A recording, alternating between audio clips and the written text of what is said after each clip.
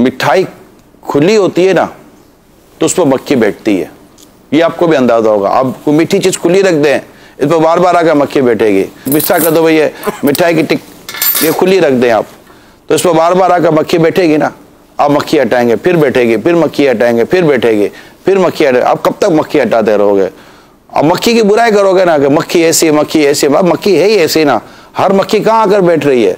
एक और मक्खी है जो नहीं आ रही है, वो दूसरी जगह पर जाकर बैठ रही है, फूलों पर जाकर बैठ रही है, मगर ये मक्खी है जिसकी वजह से आपको लगता है कि गंदगी कर रही है।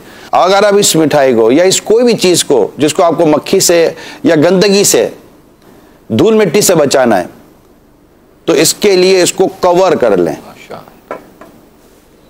ये बचिए। अब आप फ्री होकर बैठे, अल्लाह का शुक्र है, कोई जाए किधर से जाएगी। तो औरत के लिए ये पर्दा है, औरत तहफ़्फ़ुज़ में आ गए इंशाअल्लाह। अब इसके ऊपर कोई मेली नज़र मेरे रब ने चाह तो नहीं पड़ेगी। तो दावत इस्लामी ने अल्हम्दुलिल्लाह पर्दा दिया, पर्दे का जहन देती है। पर्दा तो इस्लाम और दीन के हुक्म में आ चुका है, मगर जाहिर जब जैसे पता है कि मौत आनी है, फिर भी मौत का बयान असर करता है ना। सही पता है कि नमाज फ़र्ज है, फिर भी नमाज का बयान असर करता है ना। इसलिए औरत को पता है कि पर्दा है ही मेरे लिए, मर्द के लिए पर्दा थोड़ी है, पर्दा है ही मेरे लिए। तो इसको पर्दे का बयान करो।